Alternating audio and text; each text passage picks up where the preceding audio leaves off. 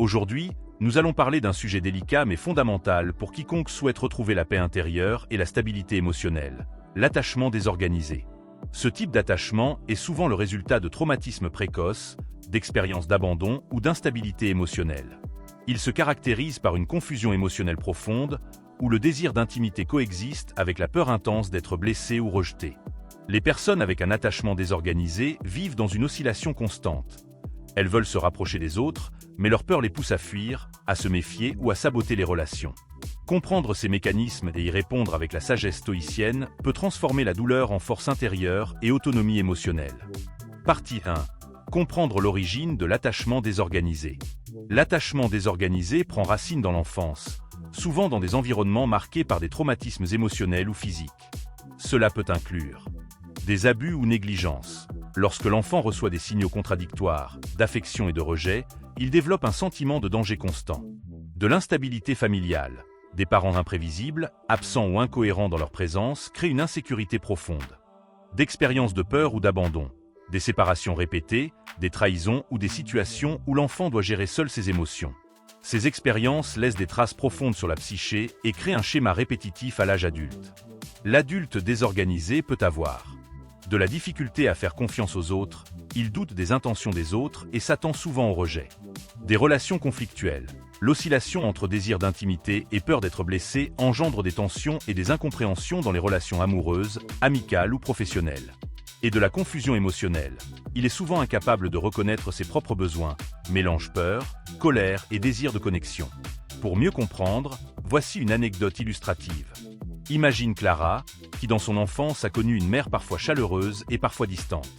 À l'âge adulte, elle cherche des relations stables, mais se retire dès qu'elle ressent un signe de proximité, entraînant un cycle constant de frustration et d'isolement. Comprendre l'origine de ces réactions est essentiel. Ce n'est pas toi qui es brisé ou faible, mais ton passé qui a façonné des réflexes automatiques.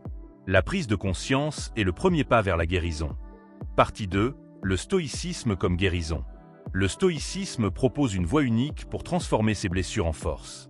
Les principes stoïciens nous enseignent à premièrement, reconnaître le traumatisme sans s'y attacher.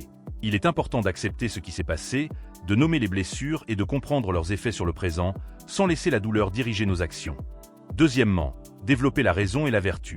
Plutôt que de chercher la sécurité à l'extérieur, le stoïcisme nous pousse à construire une stabilité intérieure fondée sur la raison, la justice, le courage et la maîtrise de soi. Troisièmement, observer ses réactions émotionnelles. Chaque fois que l'anxiété ou la peur surgit, s'arrêter et se demander « Cette peur dépend-elle de moi ? Est-elle rationnelle ?» L'objectif n'est pas de nier la souffrance, mais de changer la relation que tu as avec elle. Le traumatisme peut devenir un outil pour renforcer l'esprit, développer la résilience et créer une autonomie émotionnelle durable. Voici un exemple concret pour mieux comprendre. Julien, confronté à un attachement désorganisé, commence à pratiquer la méditation stoïcienne. Chaque fois que l'envie de fuir ou de contrôler surgit, il observe la peur, la note mentalement et choisit de répondre avec rationalité. Progressivement, il ne subit plus ses émotions mais les dirige avec clarté et sagesse. Partie 3. Exercice pratique pour guérir les blessures profondes. Pour transformer les blessures profondes en force, il est essentiel d'agir concrètement chaque jour. Voici des exercices stoïciens puissants. 1. Journaling thérapeutique. Chaque soir, écris tes blessures et les situations qui déclenchent tes réactions désorganisées. Reformule ensuite ces expériences avec raison et sagesse. Au lieu de t'auto-accuser, identifie ce que tu peux contrôler et ce qui relève de l'extérieur. Par exemple, j'ai ressenti de la peur quand mon partenaire n'a pas répondu. Je ne peux pas contrôler ses actions, mais je peux rester calme et centré. 2. Visualisation d'une version forte de soi. Imagine-toi comme une personne autonome, résiliente et sereine, capable d'aimer sans dépendre de l'approbation extérieure. Visualise chaque interaction relationnelle depuis cet état de force intérieure et répète mentalement des affirmations stoïciennes. Ma valeur et ma paix ne dépendent de personne d'autre que moi. 3. Création de routines et d'habitudes. Établir des routines quotidiennes renforce la stabilité intérieure. Méditation, lecture, écriture, exercice physique.